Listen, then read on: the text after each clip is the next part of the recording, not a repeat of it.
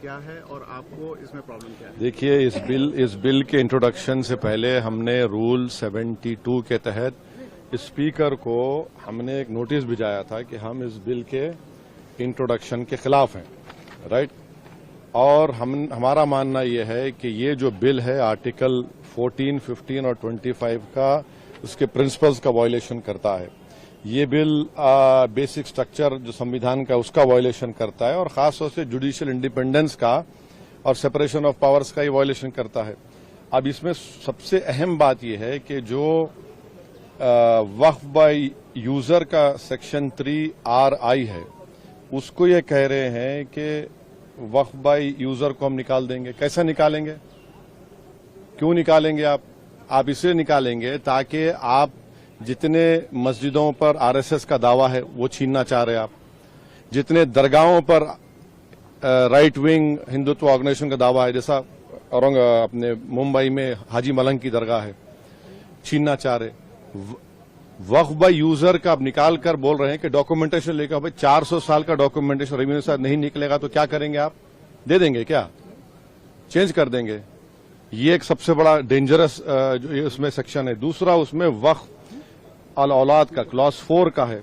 देखिए, भारत में जो कानून है ना, वो किसी को रोकता नहीं है कि वो अपनी प्रॉपर्टी को विल के जरिए डिस्पोज करे या किसी को गिफ्ट दे। तो वही कोई मुसलमान अगर अपनी औलाद के लिए ऑफ कर रहा है तो इनके पेट में दर्द क्यों हो रहा है?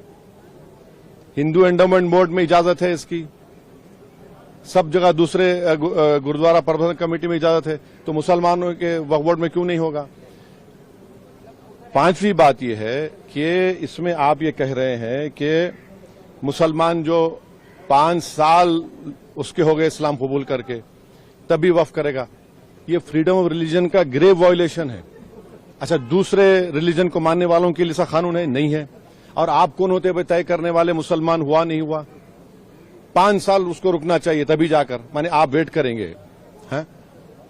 और ये और एक उसमें जो बात जो ऑब्जेक्शनेबल है वो ये है कि अगर कोई सेक्शन 61 में आपने डीएम को बहुत पावर्स दे दिए, अब डीएम कोई फैसला करता है वक्फ बोर्ड के खिलाफ, मुझे ट्राइब्यूनल जाना है।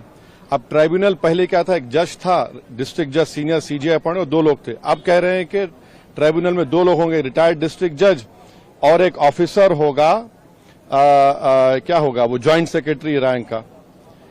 कोई ज्वाइंट सेक्रेटरी रैंक का ऑफिसर बैठकर रिटायर्ड कलेक्टर के खिलाफ ऑर्डर देगा? तो ये खुद अच्छा, और एक बात, कलेक्टर कैसे जज बनेगा? फैसला भी वही करेगा, जज भी वही करेगा। ये प्रिंसिपल नेचुरल जस्टिस के खिलाफ है।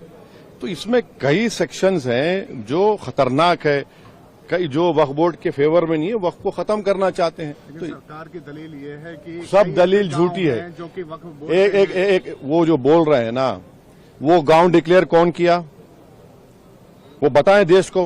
वो गांव डिक्लेयर अगर हुआ है तो वक्फ बोर्ड पे नहीं बोलने पे नहीं हुआ है, इसलिए हुआ है कि सर्वे कमिश्नर की रिपोर्ट आई, उसके बाद गजीट इशू हुआ, और गजीट के लिए 1 साल का टाइम मुसलमानों के लिए, नॉन मुस्लिम के लिए कभी भी टाइम है। आप उसको ऑब्जेक्ट करिए ना। हैदराबाद में भी ऐसे कई प्रॉपर्टीज थे जिनको गजीट के बाद भी कोर्ट ने ओवररूल किया। आप मिसालें दे रहे हैं। ये सुनेरी बाग की मस्जिद का अगर डॉक्यूमेंटेशन लाओ, कहां से लाएंगे बताइए? मेरे पास तो मंत्र शंतर नहीं है कि 200 साल पुराने के मरने वालों की रूहों को बुलाकर मंत्री जी के पास ले जाऊं कि देखो ये रूह है और ये कह रही है कि वक्फ है। ये क्या बात कर रहे हैं? तो ये लेजिस्लेशन नहीं है वक्फ को बुलडोज करके खत्म करने का, मुसलमान इजाजत खुद लूटने का है। को गया है, आप लोग विरोध कर रहे थे, आपको लगता है कि जेपीसी से ये अभी इतना जल्दी बोलना गलत होगा। जेपीसी का भी स्पीकर साहब उसको बनाएंगे, क्या होगा देखते हैं।